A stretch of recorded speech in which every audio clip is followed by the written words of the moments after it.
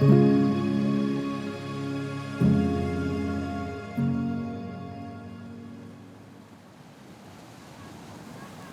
à tous, Aline, je suis maman de deux enfants. Le premier, Mathis, qui va avoir 20 ans, dans un peu plus d'un mois, né à terme. Et Charlotte, qui a eu 5 ans le 14 août, née à 26 plus 4. Moi, je suis Nicolas, je suis le papa de Charlotte. J'avais eu un premier mariage sans enfant. J'arrivais déjà à un âge avancé, plus de 40 ans, et je m'étais fait à l'idée de ne plus avoir d'enfant. Voilà, et un de mes raisonnements pour me consoler était de me dire, il vaut mieux ne pas avoir d'enfant qu'avoir un enfant en situation de handicap.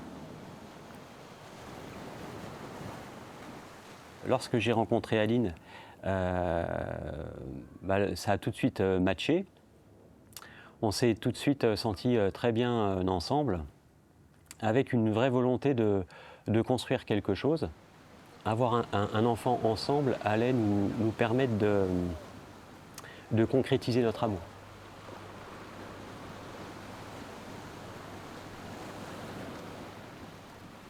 Ma grossesse se passait bien jusqu'à ce que tout parte en sucette. 10 jours avant sa naissance, je me suis réveillée au milieu de la nuit, réveillée par une hémorragie. Donc là, on sait que c'est grave quand même, qu'il y a quelque chose qui déconne. Dans une nuit de samedi à dimanche au mois d'août, on était à Dijon. Et là, le cauchemar, ça pourrait être un film. Le réveil dans la nuit, vite partir aux urgences de la maternité. Un tas de monde autour de moi très rapidement. Une infirmière, ce terme-là m'a glacée encore plus que la situation. Elle m'a dit, je l'ai entendu dire, c'est craignos. Et puis ensuite, tout l'enchaînement.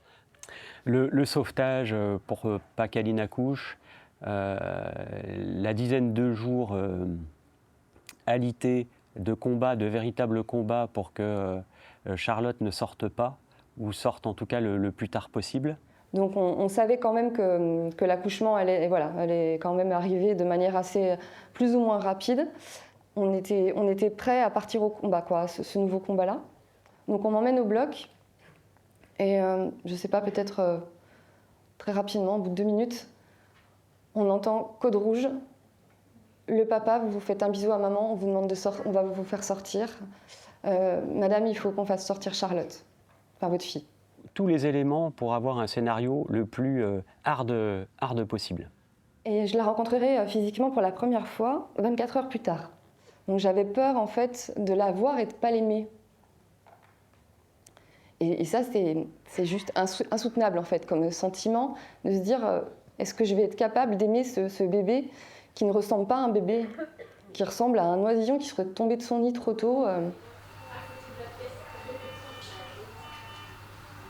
Et voilà, donc je me retrouve dans cet incubateur, dans cette chambre, et Charlotte fait un truc comme si elle savait que j'avais besoin d'un signe, je sais pas, c'est assez fou.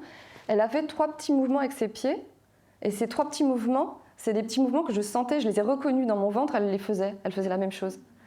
Et en fait, elle m'a dit, maman, c'est moi. Et donc là, en fait, le sentiment de cette crainte que j'avais de ne pas l'aimer, de ne pas la reconnaître en fait, s'est évanoui totalement. Et l'amour a été immédiat. Et on n'a pas eu de difficulté ni l'un ni l'autre, d'ailleurs, pour mon mari non plus, à s'attacher à ce petit bout. Et bizarrement, ensuite, quelques jours de répit, quelques jours, même s'il y avait toutes les complications qui peuvent être la suite logique d'une très grande prématurité. Et là, on se dit peut-être que les heures et les jours de combat précédents nous ont peut-être permis de gagner le combat. Et puis en fait, badaboum. On nous appelle pour nous dire qu'elle a dû être réintubée en urgence, que son état s'est subitement dégradé.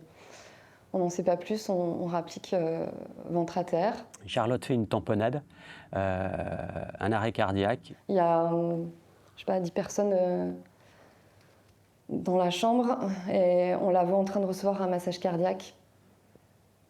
Et on nous saute dessus, on nous fait sortir sans nous expliquer ce qui se passe. On se retrouve dans une salle, la petite salle d'entretien, tout seul, parqué là, à attendre. On a attendu, c'est difficile à dire, je dirais 20 minutes.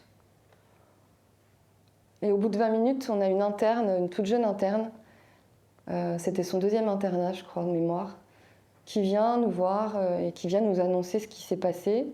24 heures de perf, sa voie centrale à bouger, se sont déversées dans son péricarde. Donc forcément, son petit cœur, à un moment donné, pouvait plus fonctionner normalement. Et heureusement, elle était intubée, puisqu'elle avait déjà montré des signes de fatigue le matin. Donc le fait qu'elle soit intubée a fait qu'elle n'a pas eu de... Enfin, il n'y a pas eu de rupture en oxygène, quoi. Donc le médecin vient nous voir un peu plus tard et il nous dit qu'effectivement, donc, elle a pu être réanimée, mais qu'il y a encore beaucoup de liquide, tout n'a pas pu être retiré. Donc il y aura une nuit sous haute tension. Le risque, c'était la défaillance multiviscérale. Donc voilà, donc, son pronostic vital était engagé plus. On est rentré chez nous. C'était au-dessus de nos forces d'être là. Et on est revenu un petit peu plus tard. Elle était toujours vivante. Elle a passé la nuit. On est allé dormir quelques heures. On appelait, je pense, toutes les heures. Elle était toujours là. Donc au petit matin, l'espoir était là, quoi. Vraiment, nous, on s'est dit, bah, c'est bon, elle a passé la nuit, donc ça va aller. Le médecin nous dit que l'intervention pour enlever le reste de liquide est programmée en fin de matinée et que c'est forcément un geste délicat. Donc l'intervention a lieu et là on attend encore dans ce petit salon à la con et le médecin vient nous voir avec un grand sourire et nous dit on s'est rattrapé.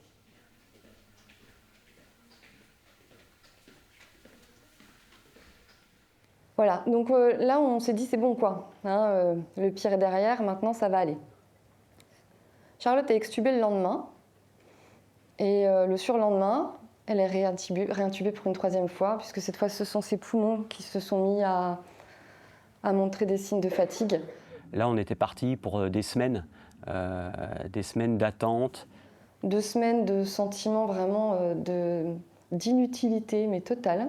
De risque maximum, de pronostic vital engagé, de traitements pour lesquels les médecins nous disaient on arrive au bout. Voilà, on arrive au bout. Alors qu'est-ce que ça veut dire au bout?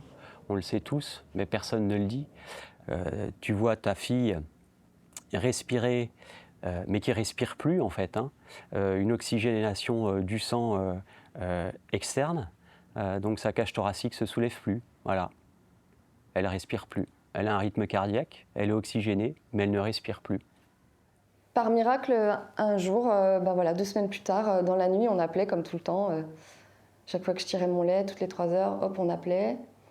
Et l'infirmière de nuit nous dit j'ai pu baisser l'oxygène de votre puce. 3 heures plus tard, pareil.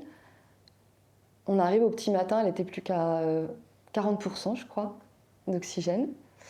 Et 3 jours plus tard, elle était extubée définitivement. Certainement grâce au caractère de Charlotte qui est accrochée à la vie. Son parcours ensuite a été le parcours plus classique, donc avec des hauts et des bas, mais on est sorti de l'hôpital donc presque 4 mois après sa naissance. On a l'impression que la vie va pouvoir commencer, et la vie commence. On passe l'été, voilà, un été plutôt joyeux, et à la rentrée, c'est la douche froide. Parce que la rentrée, visite chez le péd, et le pédiatre dit c'est pas folichon. Je me disais en mon fort intérieur que c'était pas possible, que Charlotte allait finir par se développer normalement, qu'elle avait pris du retard, qu'on ne pouvait pas, après tout ce qu'on a vécu, et vivre comment l'annonce d'un handicap ou d'un polyhandicap. Et là, c'est plus qu'un coup de massue. C'est-à-dire qu'on on te met les pieds dans le béton et puis on te jette au fond du fleuve. Quand tu apprends ça. Et là, tu te dis, ok, ça va être dur. Ça va être très très dur. Tu crois que plus rien n'est possible en fait. Tu crois que ton enfant n'aura pas de vie au final. Comme tous les parents, tu as envie que ton enfant ait la plus belle vie possible. Et là, tu te dis, mon enfant n'aura pas de vie. Parce qu'aucune autonomie, parce qu'elle ne pourra pas se servir de ses jambes, parce qu'elle ne pourra pas se servir de ses bras. Quelle va être sa vie?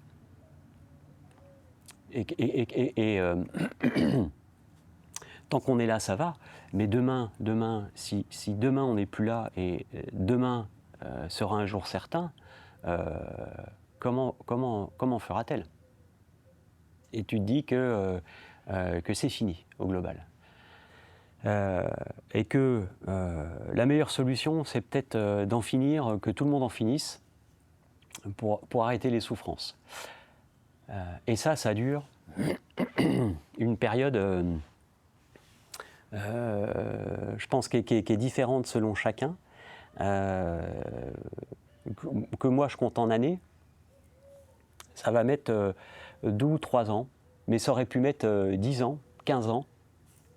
Et ça aurait pu ne jamais arriver également, je pense. Ça, j'en suis intimement convaincu. Et en fait, il faut une rencontre. En fait, c'est sous forme d'un livre pour moi, d'une émission de radio pour Aline. En fait, un jour, elle entend Pierre et Myriam à la radio. Pierre et Myriam, Pierre, victime des attentats du Bataclan, qui était une personne valide et qui aujourd'hui est à mobilité réduite, et qui a vécu en fait ce cheminement aidé par Myriam. Et tout ça, ils l'ont couché dans un livre qui est absolument magnifique et qui, moi, m'a permis de rebondir. Et je me suis dit, effectivement, le mec a vécu une première vie de valide, donc il sait ce que c'est, on lui a retiré ça, et il est reparti. Et il en profite. Il y a des moments durs, il l'explique dans son livre, il y a des moments de doute, il y a des moments extrêmement compliqués, mais il est reparti, et il vit, et il croque la vie à pleines dents. Et là, je me suis dit, oui, il a raison, c'est ce chemin-là qu'on doit prendre, parce que Charlotte, elle ne connaît que ça, donc elle ne peut pas comparer. Et donc, en tant que parent, quel est notre devoir? Lui rendre la vie la plus heureuse possible. Et c'est comme ça que, avec Aline, on s'est dit, allez, qu'est-ce qu'on fait? Qu'est-ce qui nous paraît impossible à faire avec Charlotte? Voyager. Si c'est impossible, on va le faire. Et on va montrer à Charlotte que, quelle que soit sa situation, quel que soit son handicap, elle peut y arriver avec de l'aide humaine, avec de l'aide matérielle, mais surtout avec la volonté. Et que, au final, rien n'est impossible.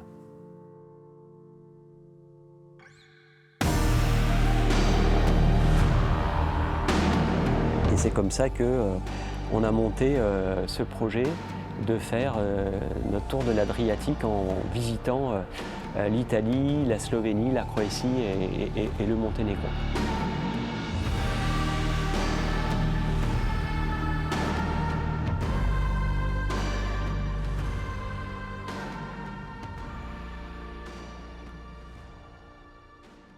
La première centaine de kilomètres, on s'est regardé avec Aline, avec un mélange de sentiments, de fierté, de se dire ça y est, c'est parti, on y est arrivé. Il y a encore 1 an à peine, on pensait que c'était impossible, qu'on n'y arriverait pas, qu'on n'aurait pas la volonté, qu'on n'aurait pas l'énergie. Et en fait, tout ça, on l'a trouvé. Donc de la fierté et puis en même temps une folle inquiétude de se dire dans quoi on se lance. Est-ce que c'était pas trop pour elle tous ces changements? Est-ce qu'on partait pas trop longtemps? Est-ce que le rythme n'était pas trop important? Est-ce que c'était pas trop tôt par rapport à son âge? Est-ce qu'on va pas complètement perturber notre Charlotte, elle qui a besoin de repères, qui a ses habitudes. Voilà, la première étape, elle a été voilà, ce mélange, ce cocktail de sentiments. Et Charlotte, elle s'est pris au truc. On a eu la preuve que Charlotte, elle adorait et qu'on avait fait le bon choix.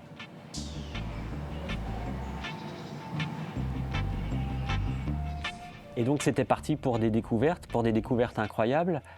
L'Italie qu'on connaissait, et Aline et moi, comme ça, on va dire rapidement, des week-ends, on a eu la concrétisation qu'on avait un vrai coup de cœur pour ce pays.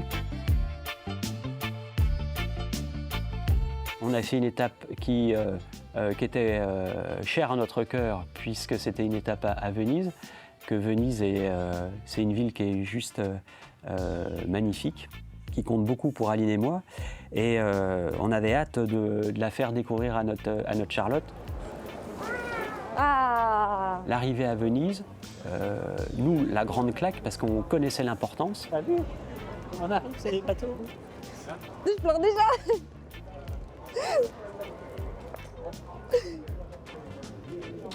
Venise, c'est la ville de l'amour. Soi-disant, moi j'en suis persuadé. Et là, pour le coup, c'était vraiment l'étape de l'amour. Le road trip était fait de cette manière-là, qui fait qu'on n'a pu n'y passer qu'une seule journée, mais quelle journée! Quelle journée! Ici, il n'y a pas de voiture, il n'y a que des bateaux. Ouais. Ça s'appelle Venise. Oui, et la ville, elle est sur la mer.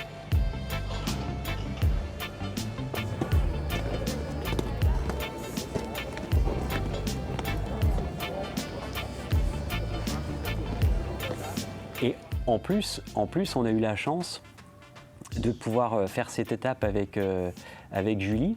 Julie, elle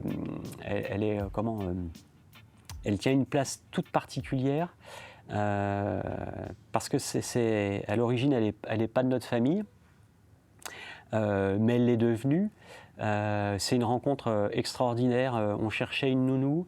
Le kiné de Charlotte, David, qui nous a rejoint également sur le road trip et qui est une personne chère à notre cœur également, pense à cette étudiante. Et puis ça a matché.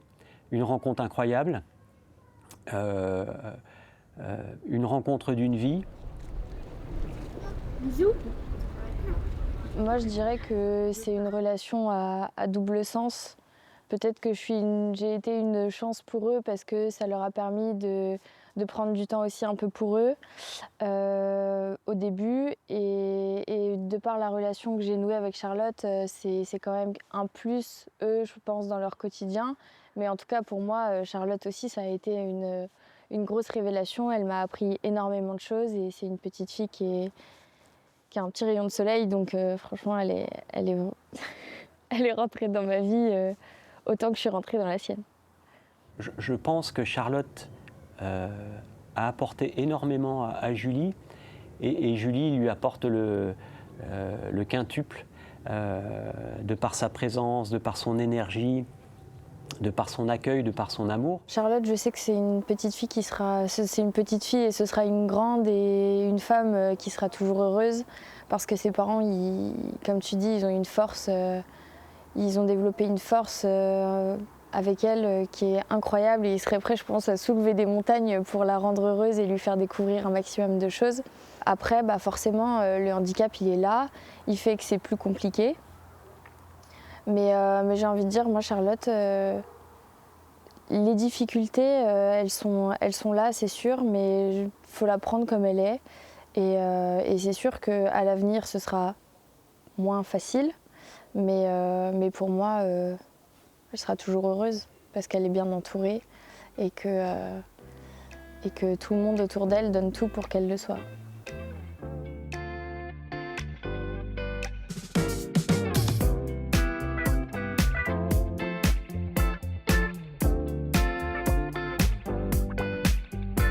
Dès les premières étapes, on a senti que Charlotte, elle adorait. Elle adorait visiter, elle adorait même partir en voiture, elle adorait changer de maison. Et donc ensuite,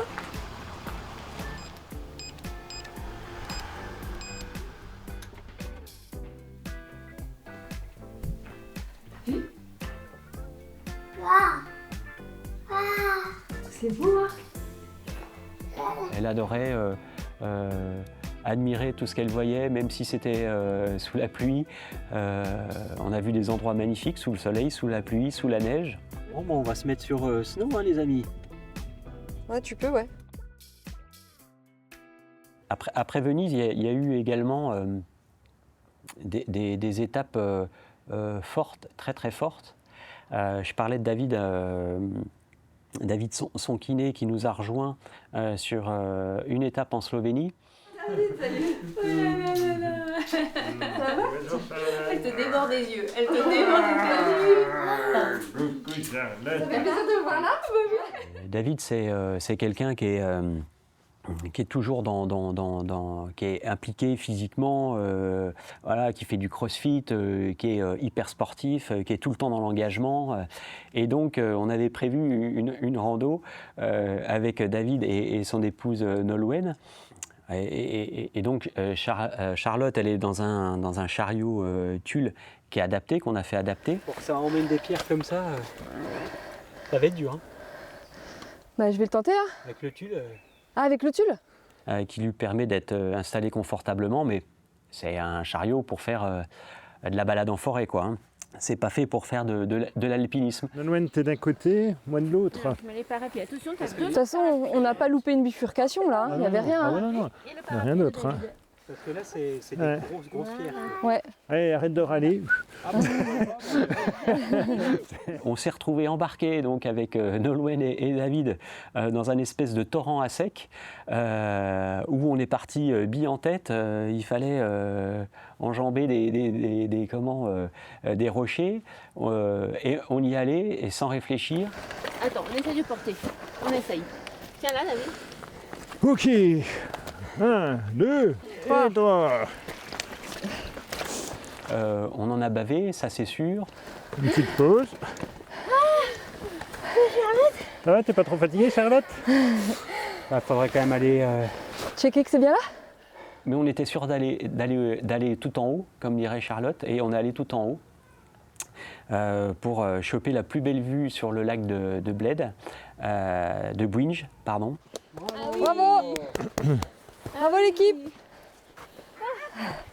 Encore, elle dit. Ah ben t'inquiète pas, il va y avoir Ah. encore. Hein. Regarde! C'est beau! Ah oui, une belle randonnée qui était quand même niveau difficulté plus, parce qu'il y a eu pas mal de portages hein, quand même. Un grand merci à Nolwenn et David. À la limite du possible même, faut être On honnête. était à la limite.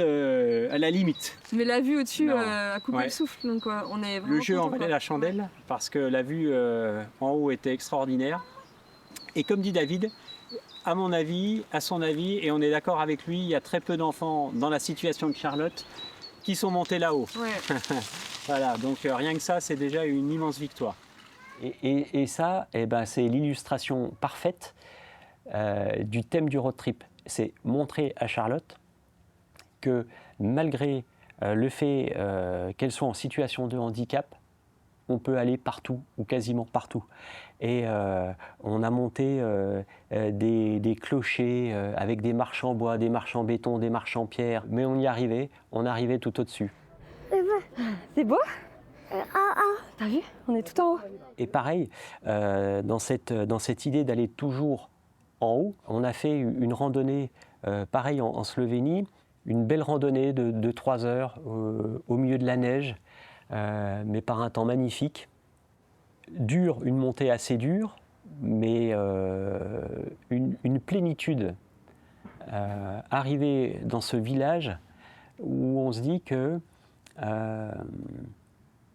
la vie vaut d'être vécue la vie vaut d'être croquée à pleines dents et que Charlotte, comme tous les enfants, elle a pu aller se promener et faire une promenade absolument magnifique avec ses parents, on était là, avec son tonton, comme tous les enfants.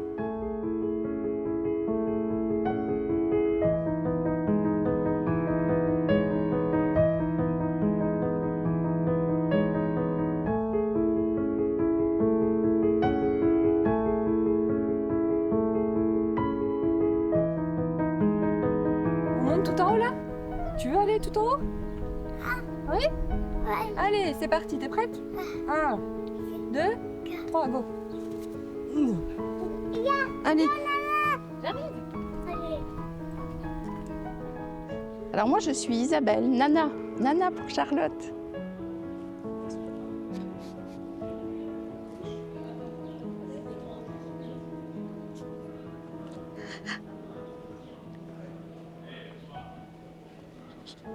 Je suis donc la mamie de Charlotte. Je viens de passer 15 jours formidables au Monténégro. Formidable touristiquement parce que le pays est magnifique et puis on a vu des paysages extraordinaires, on a vécu des moments magnifiques, mais aussi, je vais pas y arriver. Aussi, en dehors de l'aspect touristique, 15 jours en famille magnifique, avec une Charlotte toujours contente, toujours partante, qui s'émerveille devant plein de choses avec nous. Qui aime le bateau, qui aime les glaces. Grâce à elle, j'ai pu manger quelques glaces. Et puis voilà, que dire de plus? Que c'était magnifique. Et puis que je suis fière de ce qu'ils ont réalisé.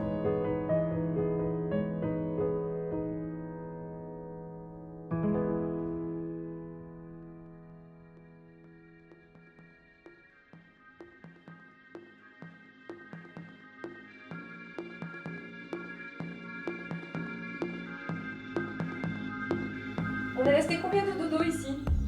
4. Oui. Et là, on va dans une autre maison, au bord de la mer. Et on va rester 5 dodos dans cette autre maison, en Croatie. On est hyper content parce qu'on se dit que ça aurait pas pu mieux se passer. Voilà. Donc la première des conclusions, c'est celle-là et c'est la plus importante. On a eu tellement raison de le faire. C'est une aventure qui se vit une fois dans une vie peut-être comme ça oui, et qu'avec nous, pour nous en plus avec Charlotte, ça a encore plus de sens et ça nous donne plus de force pour la suite. Ça a ouvert vraiment beaucoup de choses en termes de possibilités. On s'enfermait peut-être à se dire non, ça c'est trop compliqué, partir qu'une nuit, non, faut qu'elle s'adapte à l'environnement, au logement, le dodo, comment ça va se passer, le temps de trajet. En fait, tout ça, ça a volé quoi. Donc là, tu vois, on discute de petits projets de voyage à droite à gauche, de petites choses quoi en France, mais on n'en aurait pas parlé avant parce qu'on se serait dit oh non, trop compliqué avec Charlotte. Mais en fait, non, pas du tout. Ça nous a renforcé dans le truc, le côté tout est possible. Ouais. Et donc ça, c'est la plus grosse des victoires pour nous. Et on se rend compte avec Nicolas qu'on a besoin de fonctionner comme ça. C'est ce qu'on a découvert ça pendant ces 3 mois. C'est que le côté itinérant, à jamais être posé, etc., nous a pas du tout posé de problème. Notre maison, on l'aime, mais elle nous a pas manqué. Le fait d'être tout le temps dans nos affaires, dans les valises, nous a pas dérangé. Et qu'on a besoin que ça... Voilà, c'est ce que j'ai dit l'autre jour sur une publication, je ne sais plus, le train est lancé et on veut pas l'arrêter quoi. Là, on est lancé.